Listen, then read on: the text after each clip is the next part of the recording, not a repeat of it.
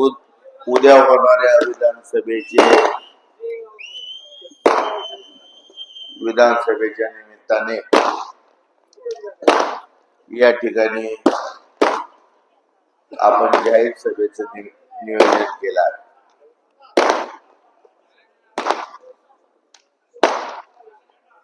या ठिकाणी करमाळा शहरातले सर्व माझे सहकारी उपस्थित झालेले आहेत. बंधूंनो, आता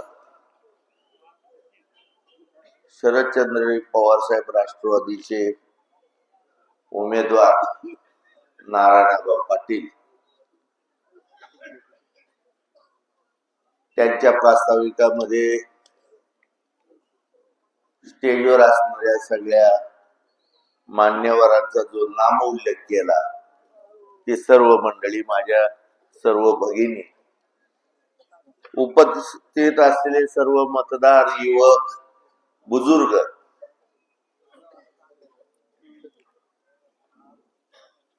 आणि बंधू आणि भगिनी, मला वाटतं ही चौकातली सभा मला काही नवीन नाही.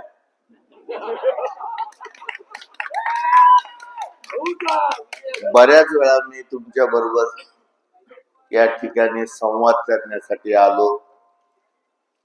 तुमच्या अडी अडचणीवरती या ठिकाणी काहीतरी मलम लावण्यासाठी मी या ठिकाणी आलो आणि दिलेल्या शब्द पूर्ण केलेला. या तालुक्यामध्ये स्वातंत्र्यपूर्व काळामध्ये आणि त्याच्या आधी नंतर 1952 साली कैलासवासी नामदारराव जगताप पहिले आमदार झाले. त्यावेळेस विधानसभा नव्हती, लोकल बोर्ड होतं, लोकल बोर्ड. आणि महाराष्ट्रामध्ये मला वाटतं 56 आमदारांचं विधिमंडळ होतं, ते पुण्याला आहे. आजही त्याच्यावरती जुने विधान भवन म्हणून पार्टी कमिशनर ऑफिसची बाळासाहेब खैर हे पहिले मुख्यमंत्री होते. स्वातंत्र्य मिळालं, आपल्या केंद्रामध्ये लोकसभेची स्थापना झाली. आपले पहिले पंतप्रधान पंडित जवाहरलाल नेहरू होते. आणि त्या काळामध्ये करमाळ्यामध्ये किंवा करमाळा तालुक्यामध्ये आवर्षण प्रवर्षण खूप असायचं, म्हणजे दुष्काळ असायचा. एक मुळीचं थान करून लोक जगायचे. ज्वारी, हुलगा, मटकी अशा ह्याच्यावरती चालायचं. गरजाही कमी होत्या, कारण परिस्थितीच तशी होती. म्हणून त्या काळामध्ये करमाळा तालुक्यामध्ये इतर तालुक्यातली लोक सुईरपण करत नव्हती, असं मी ऐकले. मला माहित नाही, पण मी ऐकले. आणि लोक त्या काळात एक म्हण होती, करमाळा आणि पाण्या वाचून तरमाळा.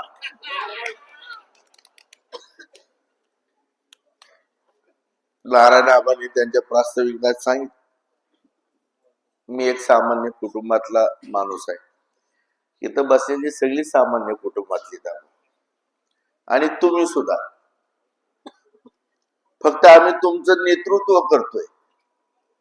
आमच्यातला सामान्यपणाने संपला नाही, आणि आम्ही सामान्यच राहणार आहे, आणि त्यातच आम्हाला आनंद आहे. या ठिकाणी ह्या गोष्टीचा मुद्देम उल्लेख करतो की 7 वेळा आमच्या घरामध्ये आमदारकी झाली. वडील 4 वेळा झाले, अण्णासाहेब जगताप एकदा झाले, मला तुम्ही 2दा केलं. आणि ज्यांना आम्ही पाठिंबा दिला ते 4, म्हणजे 11, आणि आज एक पाठिंबा देतोय ते होय 12. नारायण पाटील. म्हणजे आतापर्यंत ही शृंखला चालत आली ती फक्त तुमच्या आशीर्वादावर, तुमच्या सहकार्यावर आणि तुम्ही आमच्यावर ठेवलेल्या दृढ विश्वासावर. राजकारणात चढ उतार होतो, इतिहास सुद्धा सांगतो. विश्वाचा राजा होता प्रभू रामचंद्र, त्याला सुद्धा 14 वर्ष वनवास भोगावा लागला. स्वतःची बायको हुडकायला मापदाची गरज लागली. हे काळचक्र आहे, हे फिरत असत. आणि त्यावेळेस ज्यांनी हा देश चालवला, यशवंतराव चव्हाणांसारखे, वसंतदादा पाटलांसारखे, हे सर्व स्वातंत्र्य सैनिक सामान्य कुटुंबात, शेतमजूर असतील, कामगार असतील, ह्यातनं त्यांची जडणघडण झाली. आणि त्या जडणघडणीतनं त्यांना तुमच्या सुख दुःखाची जाणीव होती. आणि ज्यावेळेस त्यांच्याकडे ही नेतृत्व गेलं, त्यावेळेस त्या लोकांनी तुम्हाला तुमचा अधिकार, हक्क, तुमच्या गरजा, तुमची काय म्हणायचं अन्न पाण्याची सगळी व्यवस्था त्यांनी केली. म्हणून आज त्यांना मानतोय, त्यांचे पुतळे बसवतोय, त्यांच्या जयंती आपण साजरे करतोय. काळ बदलत गेलाय, भ्रष्टाचार जास्त वाढलाय. मी आपल्याला सांगू इच्छितो की आमच्या राजकीय जीवनामध्ये आमच्या प्रॉपर्टीमध्ये आमच्या आज्या पंजाचा जो उतार आहे, त्याच्यामध्ये जर 1 इंच वाढ झाली असेल, पुन्हा मुंबई अनेक ठिकाणी जर आमचे फ्लॅट, प्लॉट किंवा गोव्याला हॉटेल असं जर काही असेल, तर पूर्वी भिंतीवर लिहिलं जायचं की देवीचा रोग काढवा आणि 1000 रुपये मिळवा. तर तसं आमचं काय असेल, परमिट रूम, बिअर बार, साखर कारखाने, जे काही आताच्या पुढाऱ्यांकडे आहे ते जर आमचं असेल तर ते दाखवा 1 कोटी रुपये मिळवा.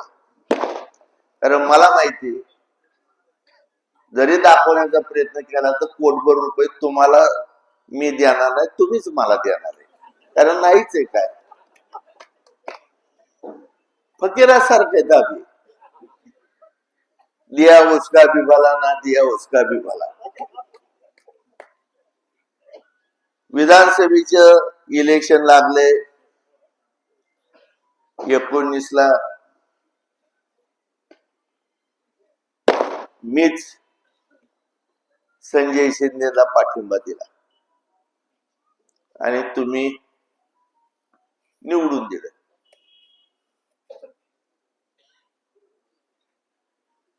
ह्याच्या मागचा खूप मोठा इतिहास आहे, वेळ पुरणार नाही. आणि मजा आली असती जर आबा इथं बसला असत तर. ते गेले आपलं प्रचाराला नाही. कारण हे उंटाचं पिल्लू आम्ही आणलं नव्हतं, त्यांनीच हे पार्सल आणलं होतं. आणि बागलाची आणि नारायण पाटलाची युती घडून आणायला त्या काळात संजय शिंदे आणि दीपक साळुंके सांगोल्याचे हे 2 जण आले होते. बरेच कार्यक्रम त्या काळामध्ये त्यांनी घेतले नारायणाबाद. आता मलाही माहित होतं वाघाचं कातड पांगलेलं ही गाढवाचं पिल्लू आहे.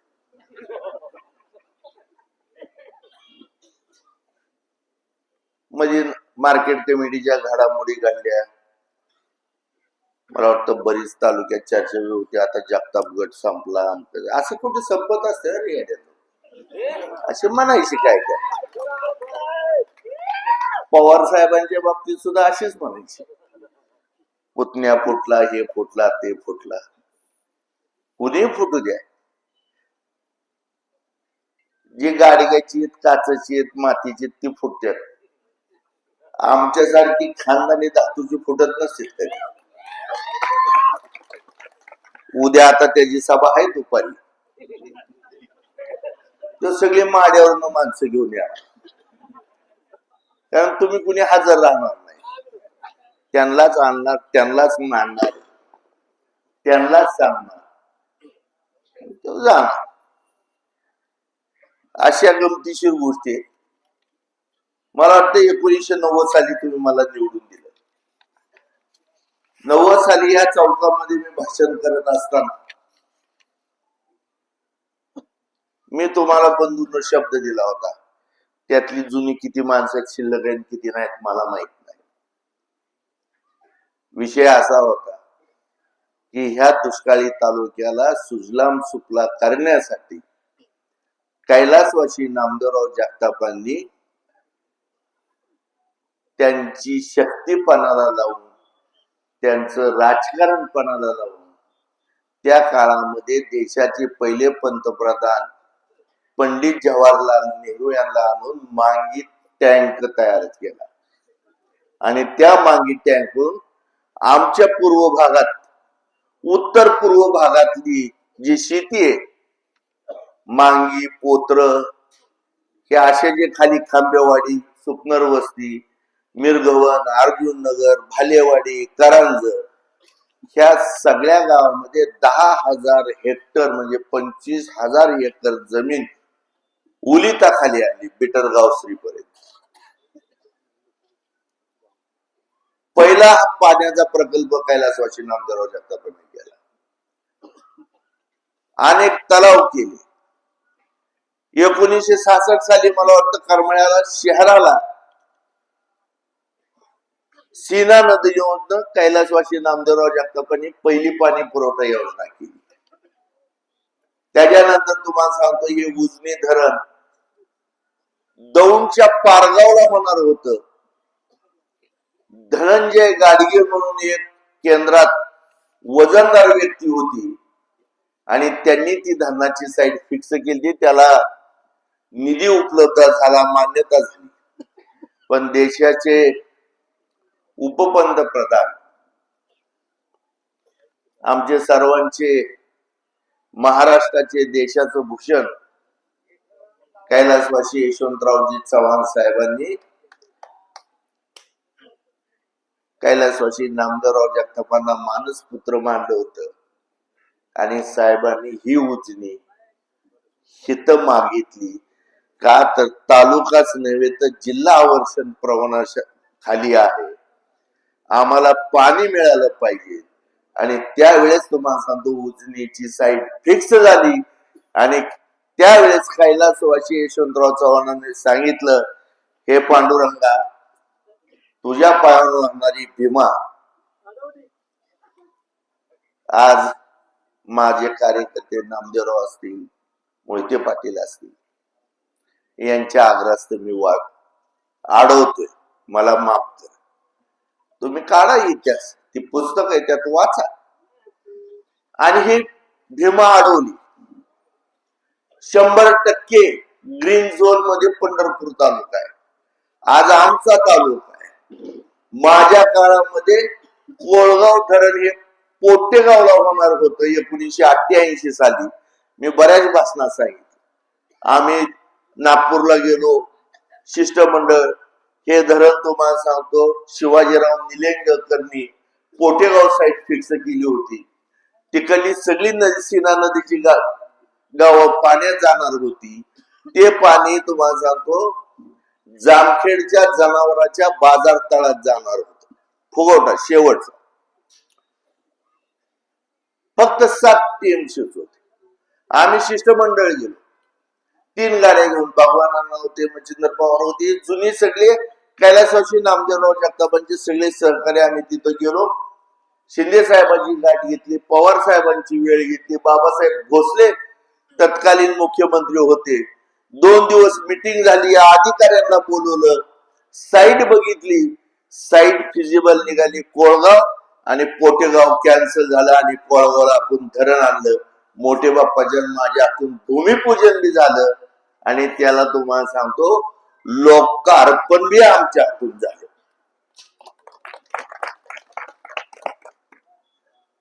मग त्याच्यानंतर तुम्हाला सांगतो दहिगाव योजना मीच आणली. 8,500 हेक्टर 1994 ला मंजुरी घेतली आणि 57 कोटी सीना माडाची विनायकराव पाटलांनी घेतली.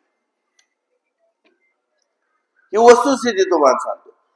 काढा तुम्ही ह्याच्यावरती गुगलवर ह्याच्यावर बघा ना, कुणी थापा मारते कुणी फसवते तुम्हाला हे सगळं आता तुम्ही अभ्यास केला पाहिजे. आणि पाणी अनेक लोकांना खाली पाहिजे होत, म्हणून त्यावेळेचे आमचे नेते, जिल्ह्याचे महाराष्ट्राचे नेते विजयसिंह मोहिते पाटील दादांनी ती स्कीम 10,500 हेक्टर म्हणजे 2,000 हेक्टर वाढवलं, म्हणजे 5,000 एकर दादांनी ती वाढवली आणि ती स्कीम पूर्ण झाली, तिला निधी मिळाला. अशा पद्धतीने तुम्हाला सांगतो आपण या गोष्टी केल्या. आणि त्याच्यानंतर मला वाटतं 1990 ला आपल्या करमाळ्याला अतिशय कमी पाणी मिळत होतं. माता भगिनी तुम्ही साक्षीला आहे, तुम्हाला माहिती त्या काळात पाणी मिळत नव्हतं. मांगी तलावातलं पाणी सिमेंटाची पोतीमध्ये वाळू भरून असा हा आपण टेम्परवारी बंधारा करायचो आणि त्यातनं पाईपलाईननी ह्याच्यात पाणी सोडायचो सीना नदीत आणि ते पाणी उचलून करमाळ्याला यायचं. वाढीव लोकसंख्या, वाढीव शहर, पाणी पुरत नव्हतं. सोमाशेठ तुम्ही याला साक्षी. आणि सगळ्यात निकडीचा प्रश्न शहरामध्ये होता तो पाण्याचा होता.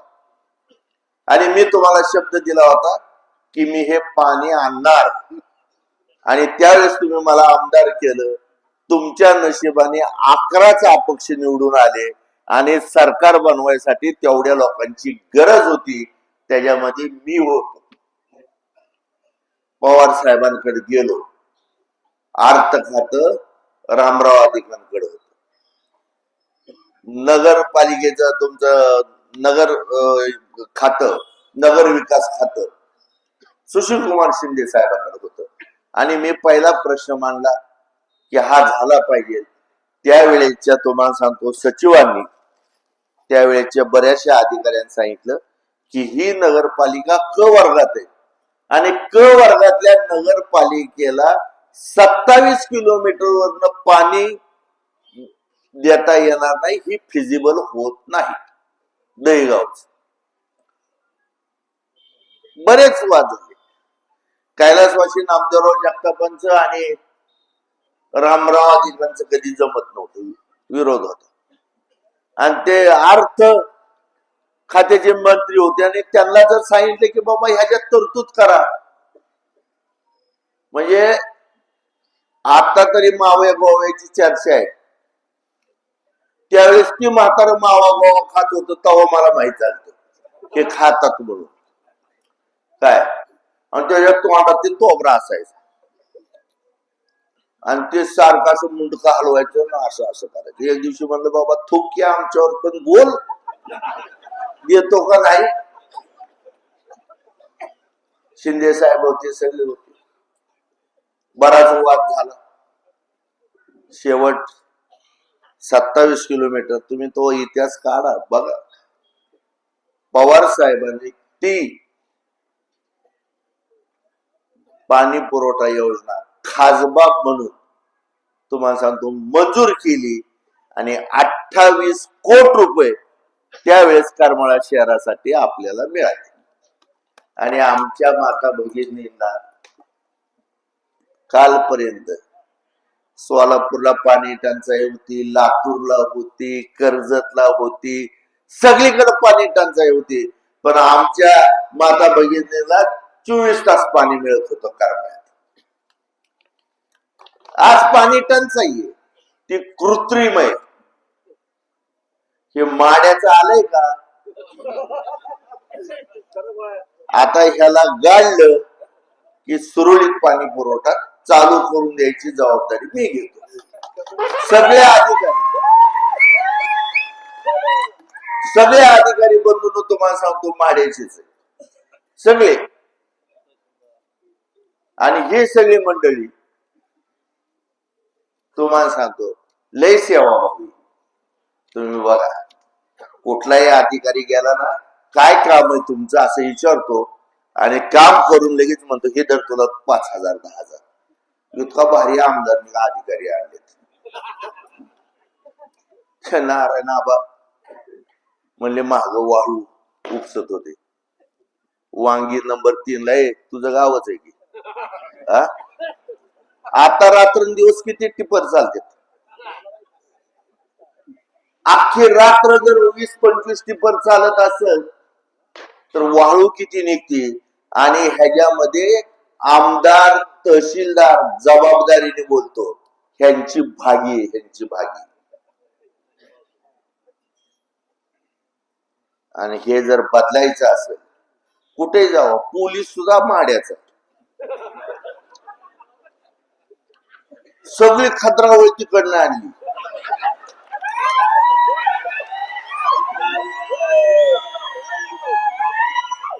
जी उपाशी मरत होती ती इथं आणली. आणि त्यांच्याकडे, आणि ते बिनबोबाट येतात आता घरी, त्यांना काय मागावं लागत नाही. 3,000 कोटीचा, मागाशी उस्मान शेठ म्हणली 3,000 कोटीचा, 3,400 कोटीचा जर विकास झाला असेल तर चंद्र सूर्यच फक्त खाली आणून लावायचे राहिले, दुसरं काय राहिलंच नाही. प्रत्येक खेड्यात जर 30,000 कोटी 30 कोटी रुपये दिले तर काय काय विकास राहिलाच नाही ना बंधू. हा दुबई.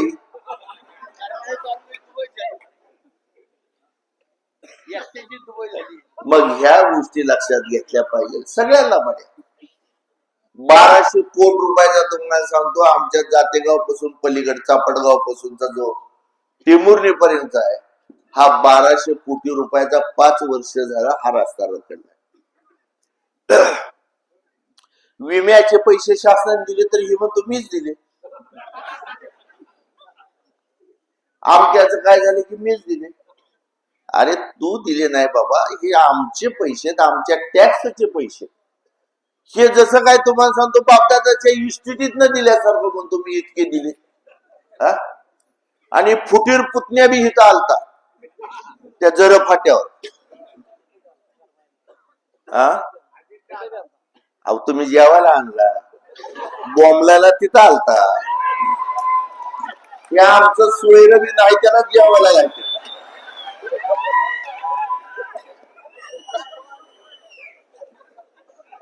तिथं जाण्यात वरडलं, मामाला निवडून त्या बाडोत्री बाया आणल्या होत्या, सगळ्या बसवल्या होत्या, त्या सगळ्या तुमच्या आमच्या अंगणवाडी सेविका वगैरे 1,000 बायांनी लावल्यात कामाला. त्यांनी सांगितलं आम्हाला बळच आणले, आमची नोकरी. आणि त्यांनी सांगितलं संजूने 3,000 कोटीचा विकास केला. आता मला तुम्ही सांगा, ते म्हणले तो कुठला रस्ता? नाही रस्ता हो, ते आपल्या ह्याच्यावर निघालेला आहे. आता नवीन हायवेचं पूजन झालेलं. हा सावडे तो हायवे. हा वेनेगाव, सावडी ते वेनेगाव. आता हे केंद्र शासनाने. आता आग्रा ते चेन्नई तुम्हाला सांगतो मोठा एक्सप्रेस हायवे व्हायचा आहे. मग आता ह्याच्यामध्ये किती खासदार आणि आमदार असतील का राजाभाऊ? मग त्यांनी म्हणायचं का हे तुकडा माझा, ते तुकडा माझा, ते तुकडा माझा.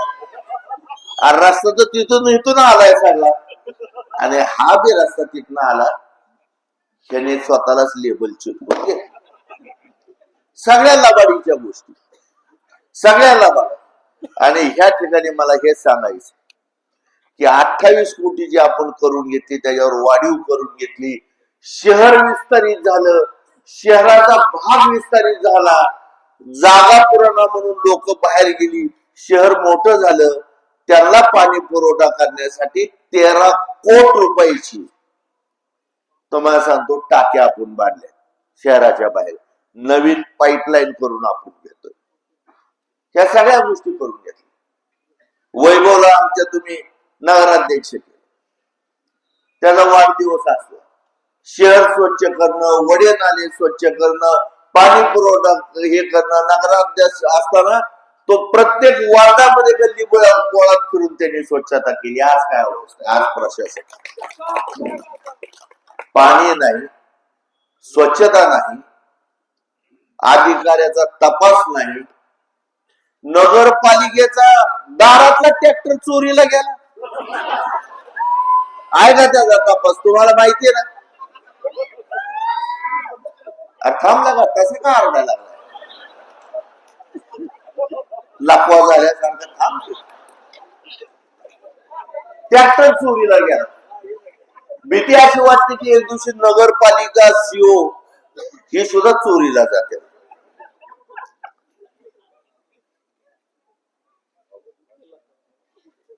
कुठल्या अधिकाऱ्यावर नियंत्रण नाहीये. स्वतःचा कारखाना काढला, तिथं काढले, सगळे विकत आणले.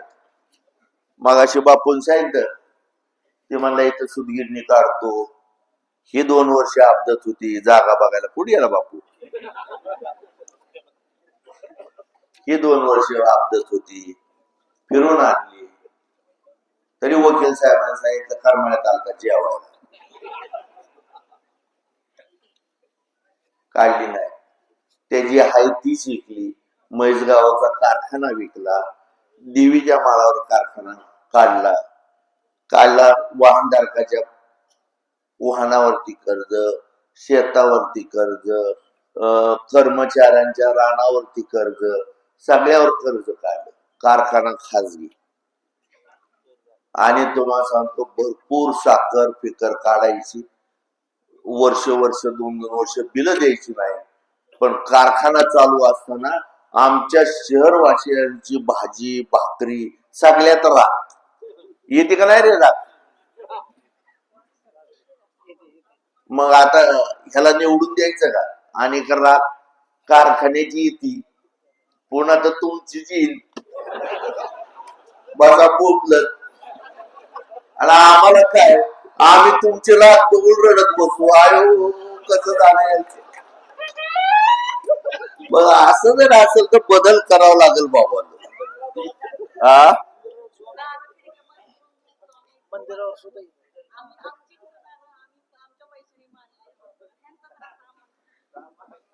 आता काही एक गंमत अशी, काय तुम्ही सांगताय ते अगदी खरंय, पण तिथल्याच लोकांनी जमिनी दिले किंवा माझं पोर लागल, ह्याच पोरग लागल, त्याचं पोरग लागल.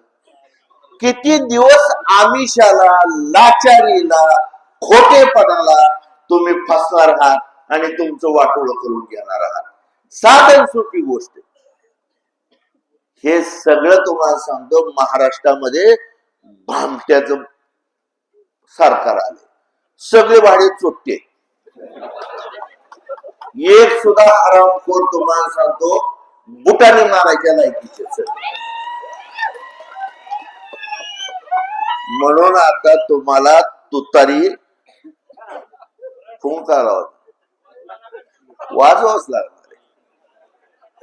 ते एक आम्हाला परवाच्या दिवशी ताई, आता तुम्ही महिला बसा,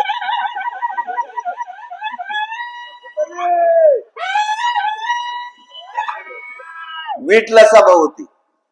वीटच्या सभेमध्ये एक कार्यकर्ता उठला, थोडा चिडलेला होता, आणि त्याने सांगितलं तुमचं भाषण झाल्यानंतर आमच्या संतोष डेअरीने मला गाढवांनी जर कचेरीला डुंगरला असलं म्हणून काय तहसीलदार होतो का?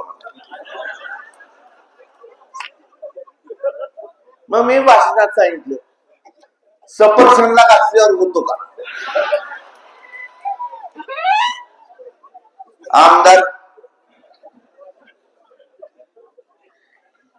आणि हे जर किती जर सफरचंद खाते तुम्हाला सांगा बरं, हातवर करून परवडतं का तुम्हाला? मग ह्या गोष्टी लक्षात घ्या. आणि त्याचं सफरचंद जर चित्र बघितलं तर ती भारताचं वांग भाजलंय का सफरचंद काहीच कळत. हे कर्माची फळ आहेत. म्हणून बंधूंनो, स्वच्छता आमच्याकडे नगरपालिका असताना आता प्रशासन, स्वच्छता असेल, पाणी असेल, आज नगरपालिकेच्या शाळा आमच्या सोलापूर जिल्ह्यामध्ये 1 नंबर आहे. विद्यार्थी असू द्या, सुविधा असू द्या, तिथल्या विद्यार्थ्यांची गुणवत्ता असू द्या, ह्या सगळ्या गोष्टी आपण बघितले. कित्येक आमचे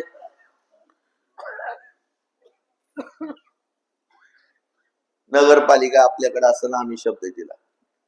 भारतरत्न बाबासाहेब आंबेडकरांचा पुतळा असेल, आमचे शाहीर अण्णाभाऊ साठेंचा पुतळा असेल, तुम्हाला सांगतो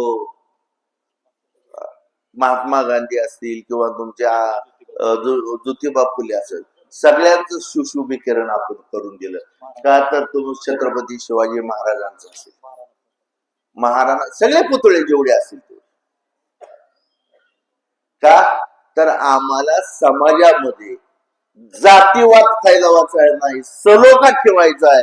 म्हणून त्या महापुरुषांचा सन्मान म्हणून आम्ही सगळ्याच शोभीकरण केलं आणि आम्ही सगळ्यामधल्या कुणाच्या मध्ये उणीव ठेवली नाही. आजपर्यंत करमाळ्या तालुक्यात कधी तुम्हाला सांगतो कुठली जातपात आली नाही.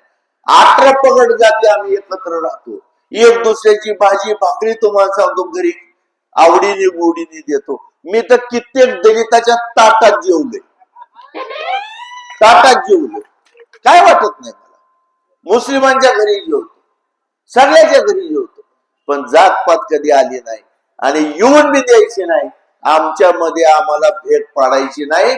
काही राज्यकर्ते स्वतःची पोळी भाजण्यासाठी तुम्हाला सांगतो ह्या षडयंत्राचा उपयोग चालू आहे.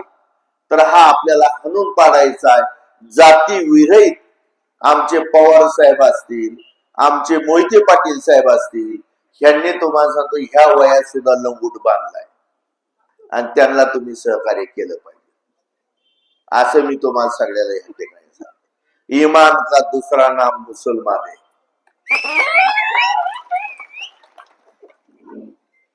मुसलमान कधी बिकता बी नाही, तुटता बी नाही.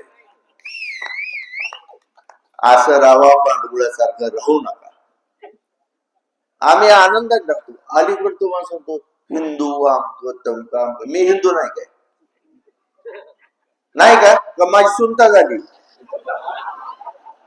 मी बी हिंदू आहे, पण हिंदू मुस्लिम बाई बाई आहे. मी लहानपणापासून बघत होतो, गणपती असेल, दिवे असेल, रमजान असेल, सवाऱ्या असेल, हिंदू सुद्धा तुम्हाला सांगतो मुस्लिम समाजात मिसळायचे आणि मुस्लिम सुद्धा हिंदू समाजात मिसळायचे आणि तो आनंदात सण साजरा करायचा. आता गमतीशीच झाल्या. बरं, मराठा आरक्षणाला कुणी आधी पाठिंबा दिला? सगळ्यात आधी मुस्लिम समाजाने पाठिंबा दिला. आमच्या मराठी पोरं शिकलीत, त्यांना अधिकार मिळाला पाहिजे, हक्क मिळाला पाहिजे. रात्रंदिवस ते बी एकत्रित. त्यासाठी पवार साहेबांचं हे आल्यानंतर, राज्य आल्यानंतर तुम्हाला सांगतो निश्चित तुमचा प्रश्न सोडवण्यासाठी सगळे आमदार उभारणार, असं नाही.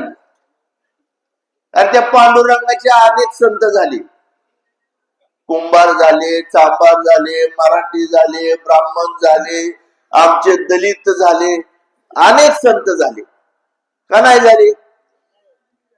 सगळ्यांनी अभंग लिहिले, कित्येक गोष्टी लिहिल्या.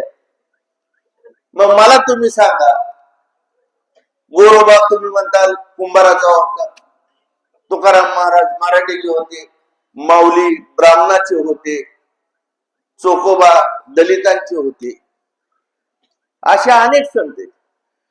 सेना नावी आहेत, सेना महाराज आहेत, ते नाभिक समाजाचे होते. शेकडो संत आहेत, सगळ्याच्या जाती, सगळ्याचे धर्म, सगळे तुम्हाला सांगतो त्यांची जयंती पुण्यतिथी साजरी करतात. आला का? पण पांडुरंगाची जात कोणची सांगा? पांडुरंगाची जात जर कुणी सांगितलं तर त्याच्या नावावर करमाळ करून टाकतो मी, खरेदी सांगता येईल का? बावळ सारखं भांडत बसताय. म्हणून या गोष्टीचं मला या ठिकाणी सांगायचं, आमचा मुस्लिम समाज असो, हिंदू असो, आपण सगळे एकत्र काम करू, तालुक्याचा विकास करू, एक दुसऱ्याच्या सुखादुखात पडू. पैसे वाटायला लागले, ऑनलाईन यायला लागले, कोण पैसे वाटतो? जो खातो तोच जात ना, का नाही वाटत? मुस्लिम समाजाची तर काही माणसं आहेत. मी एक उदाहरण सांगतो तुम्हाला, एक गोष्ट सांगतो. सगळ्यात मोठे एक शाहीर होते, मिर्झा गालिब. मॅडम मिर्झा गालिब म्हणून तुम्ही वाचला असेल, वकील आहेत. मिर्झा गालिब अतिशय हुशार आणि सुंदर माणूस हे शायर होते, गझल करायचे. लहानपणी परत किशोर वयात आले, 16 आणि 25च्या मध्ये होते. आधी जवानी आधी बचपना, पण सुंदर शायरी करायची आणि लोक त्यांच्यावर फिदा असायचे. यार मिर्झा शरारती है, लेकिन उसके जबान पे शेर शायरी अल्लाह ताला ने क्या उसको कुदरत ने दे दी बोले. चांगले करायचे. आणि त्यावेळेस ते असे उडाणटप्पू पोर असतात ना, उडाणटप्पू म्हणण्यापेक्षा हुल्लडबाजी करणारी जुनी गोष्ट आहे. चौकात मजा मस्ती करायची. एक दिवशी एक बुजुर्ग चालले होते, हमारे मुस्लिम, 5 टाइम नमाजी थे. इन लोगों की शरारत देखकर वो रुक गए और बोले यार पागल आदमी हो, जिंदगी खराब कर रहे, काम धंधा करते नहीं, शरारत करते. ते म्हणले फिर क्या करें हम? अरे इबादत करो, नमाज पढ़ो, अल्लाह ताला पे भरोसा रखो, वो सही रास्ते पे तुमको लेके जाएगा. ते हसले, त्यांनी टिंगलटावाळी केली. मिर्झा साहेबाच्या मनावर परिणाम झाला. ते म्हणले त्यांनी आयुष्यात मस्जिद कवच बघितली नव्हती. आपल्याकडे बी बरेचसे असे माझे मुस्लिम बंधू आहेत ना, ह्यांना नमाज येते, एखादा मशिदीत जात नाही, काय नाही, पण ह्यांचं हिंदू मुस्लिम वरती नाही तडाखा असतो. ह्यांना नाही कुराण माहिती आणि आमच्या त्यांना भगवद्गीता. पण तुम्हाला सांगतो, भांडण मात्र रटून करते. जसं काय हे काय म्हणायचं त्याला, एखादे आचार्य जगद्गुरु आहेत असे. मग गेले त्या दिवशी मिर्झा साहेब, जुम्मे की नमाज थी. गेल्यानंतर मशिदीत आधी आपण बी मंदिरात जाताना हातपाय धुतो. जुम्मे की नमाज थी. नमाजला आत गेल्या म्हणले वजू करना पड़ती.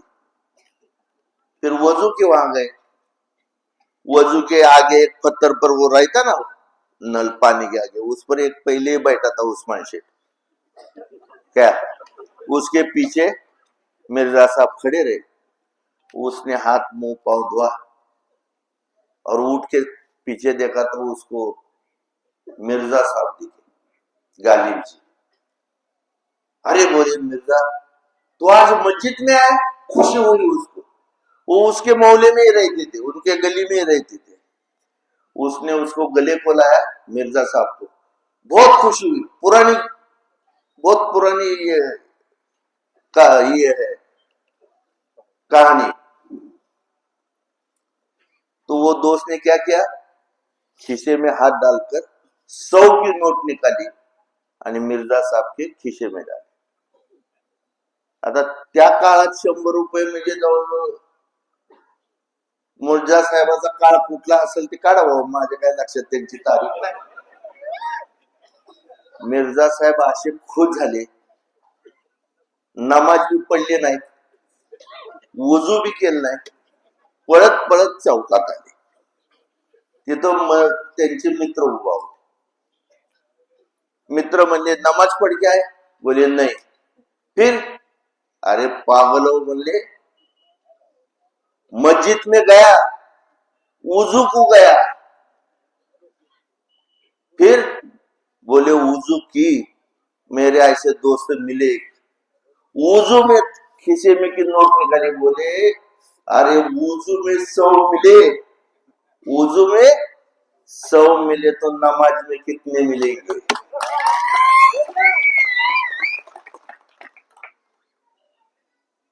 बारामती का बुड्ढा है अपना, उसके पीछे गए तो क्या भी मिलेगा? क्या तुमको तुम्हारा हक मिलेगा? हमारे किसानों को उसके जो अनाज है, आमच्या शेतकऱ्याचा उडीद असेल, ऊस असेल, कांदा असेल, तुरी असेल, सोयाबीन असेल, सगळ्याला हमी भाव मिळेल. आत्महत्या बंद होती, बेरोजगारांच्या हाताला काम मिळेल, आमच्या आया बहिणींना संरक्षण मिळेल. मग वुजू में जाके सौ लेते हे कर तो नमाज में किती. मग आता तसं करताय का माड्याला वाटोळ करून जायला घेताय? त्यासाठी ही मी गोष्ट सांगितली की आता पवार साहेबांकडे जायचं म्हणजे मुस्लिम बांधवांना आणि हिंदूंना सांगणारे की तुम्ही मतदान नाही, तुम्ही योग्य योगदान देणार आहे. मतदान तर कुणी बी देते, योगदान देणार आहे. म्हणून या ठिकाणी मी आपल्याला सगळ्याला सांगणार आहे बोलतो की नगरपालिकेच्या शी आपण सगळे संबंधित आहेत. टाउन हॉल असेल, तिथली इमारत असेल, 5-5, 6-6 कोटीची आम्ही कामं मंजूर करून आणली. वैभव होते, आमचे सोयरे सावंत होते, मुंबईला जाऊन यांनी करून आणली. कामं मंजूर करून झाल्यावरती ह्याला लक्षात आलं पैसे खायसाठी ह्यांनी 82ला वर्ग केली आणि आजपर्यंत ती कामं रखडली. खरे खोटे?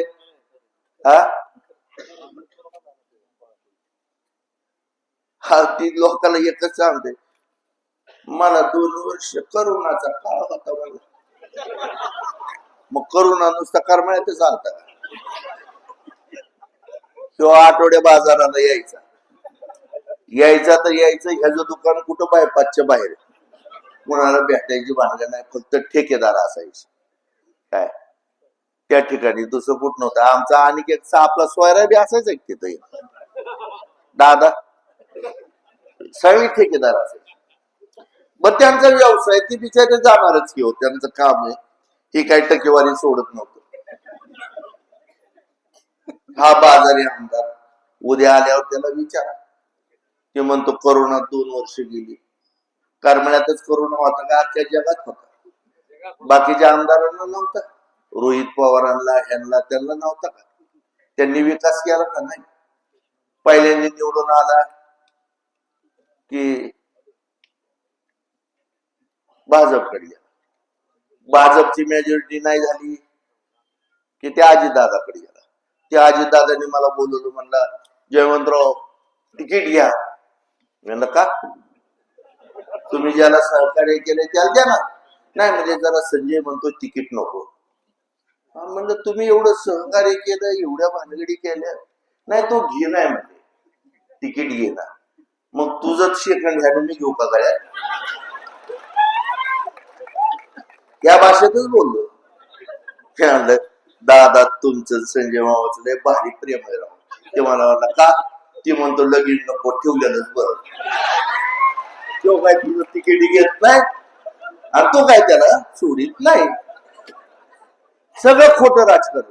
आता त्यांचे प्रचार करायला तुम्हाला सांगतो काय महात्मे निघाले राव. काय त्याच्या त्यांना जर बघितल्यावर असं वाटतं तुम्ही आमच्या मागे राहताय का नाही कुणाला. सगळ्यात थोर नेते करमाळ्यातला नेपाळी आमच्या कोणूबाई, बापाची अर्बन बँक सुद्धा चालवायला आली. मी 2 वेळा बिनविरोध करून दिले. खाली दुकानातच बसले, त्याने यावं इथंच. ते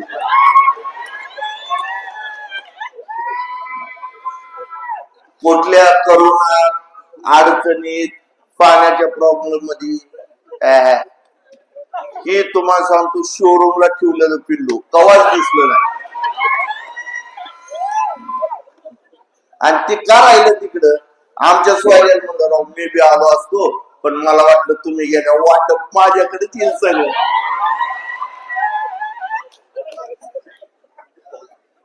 वर ते किती चोट्टे त्यांनी काय केलं, त्यांच्या तिथंच वाटप ठेवलं ना, ऑनलाईन सोडायला लागले तुम्हाला.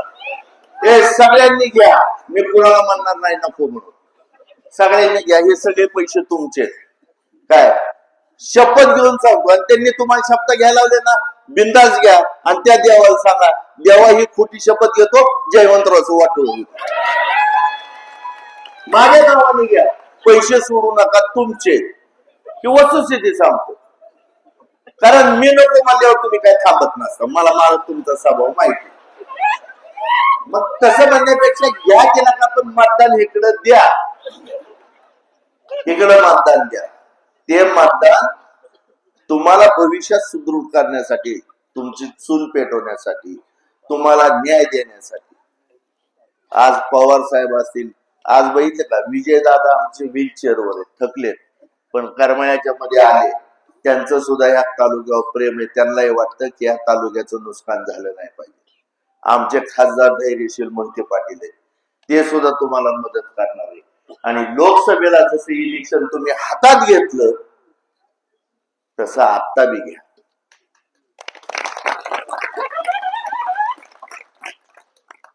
आणि तुम्हाला सांगतो, आम्ही हाकलून दिलेली जी काय लूटभरी खरजुलीत का नाही, ती संजय शिंदेने घेतल्यात भाऊ. कारवानी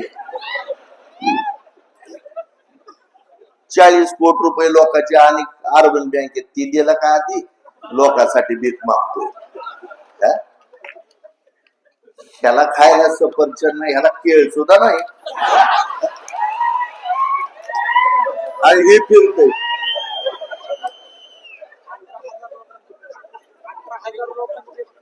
18,000 लोकांची, आणि अर्बन बँक त्यांनी विकली.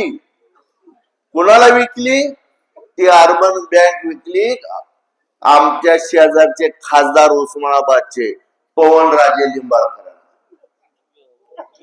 ओमराजे सॉरी, पवन म्हणतो, ओमराजे, त्यांना विकली. फारुखबाई मुळापोटी किरसुने आहे का नाही, हे आमचं फारुखबाई शटरवड सही आहे का नाही फारुखबाई? वैसा गुस्सा नाही आणले नाही का? माझं उस्मान शेठचं स्वभाव सारखा, आम्ही दोघं वर्ग मित्र होतो. जरा जास्त चुना लावलेल्या तंबाखू सारखं आमच्याकडून कातडच निघतं बऱ्याच जणांचं. ठीक आहे, असू द्या. दुसरी एक गोष्ट सांगतो, आमचा पुरेशी समाज आहे, मी खोटं बोलणार नाही.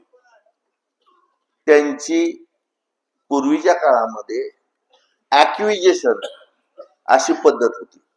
रस्ता ऍक्विजेशन व्हायचा. जेवढे बी जुने रस्ते झाले, सरकार लोकांच्या सोयीसाठी ऍक्विजेशन करायचं. सरकारकडे पैसे नव्हते. नगरपालिका पहिले रिझर्वेशन टाकायची. मग पहिल्या काळामध्ये ताई तुम्हाला माहिती, तुम्ही वकील आहेत, ऍक्विजेशन होतं. आता नुकसान भरपाई मिळते. तुम्ही दावा लावता, शासनावरती पैसे मिळतात, आणि नुकसान भरपाई त्याला मिळते. म्हणून काही लोक तुम्हाला सांगतो, आयतीचं आंब्याची झाड हायवे चालला म्हणले की कडेला लावतात, त्याचे पैसे मिळतात म्हणून. झाड झोपडे आंबत. पहिलं तसं नव्हतं. कैलासवासी नामदारराव जगतापांनी हे स्टँड, त्या वरच्या तुम्हाला सांगतो जनावरांचा दवाखाना, तुमचं सभापती भवन, पंचायत समितीची क्वार्टर, हे ऍक्विजिशन मधले. 140 कोटीला घेतलं म्हणजे 5 कोटी रुपये ह्यांना इसार बी दिला. 30 बर त्यांच्या नावावर आहे. आमच्या पुरेशी समाजाचा काही दोष नाही, त्यांच्या नावावर आहे, त्यांची खरी जागा आहे. मग लगा तू त्या निलेश धोका आणि ह्यांनी मराठी वकील 2-4 वकील रजिस्टर ऑफिसला तुम्ही तिथं ह्याच्यात जाऊन बघा, चौकशी करून ती जागा विकत घेतली, सौदा केला. इलेक्शन झालं की ती जागा घ्या. ती म्हणते का नाही, मला 2च वर्ष द्या, मग तलपच होऊन देणार नाही आम्हाला, नाही तुम्हाला. ती सगळे इकून टिकून पैसे घेऊन निघून जाईल. तुम्हाला सांगतो की एक विराई आहे ना, तिथपर्यंत ही जागा विकत घेतली.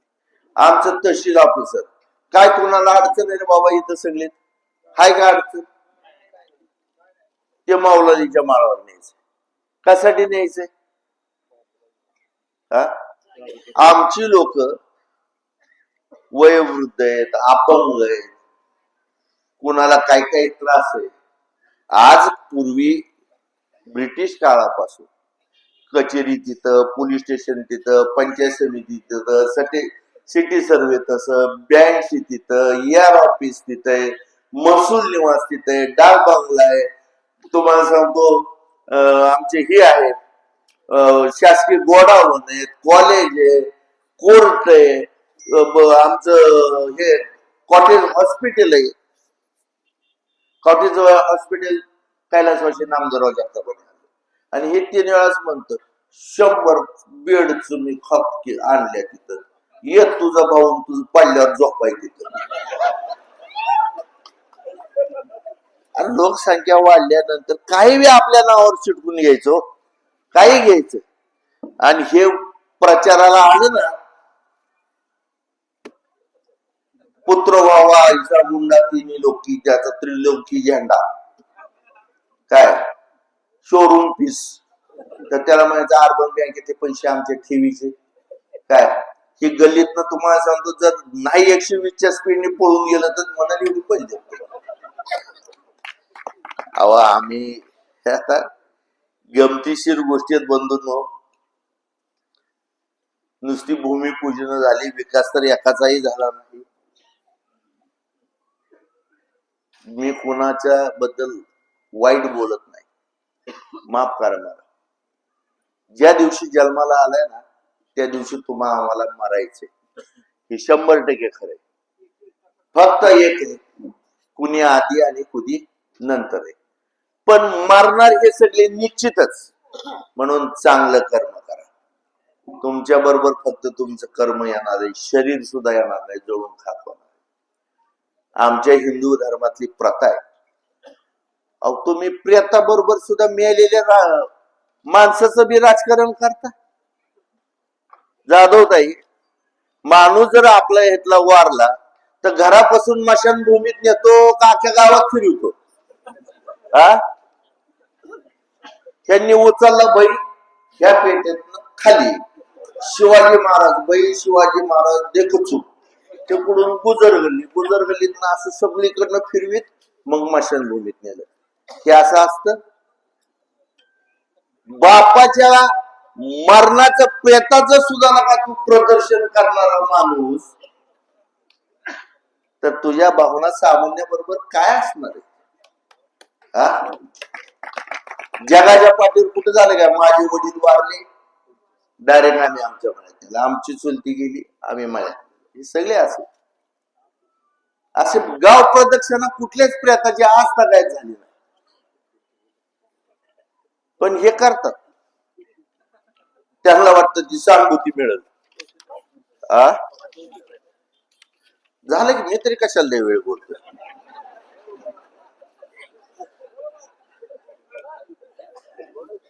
मला या ठिकाणी तुम्हाला बंधूंनो सांगायचंय, तुतारीला जे मत द्यायचंय तुम्हाला, ते मत नारायण पाटलाला नाही, ते मत द्यायचंय पवार साहेबांना. आणि पवार साहेबांना जे मत द्यायचंय ते मत तुमच्या सगळ्या समस्या सोडवण्यासाठी तुम्हाला द्यायचंय. म्हणून या ठिकाणी मी तुम्हाला सगळ्याला आग्रहाची विनंती करणार की एवढ्या संख्येने तुम्ही आलात, नुसतं ऐकू नका, तुतारी वाजवल्याशिवाय राहू नका, एवढंच या ठिकाणी विनंती करतो आणि मी माझी रजा घेतो. धन्यवाद.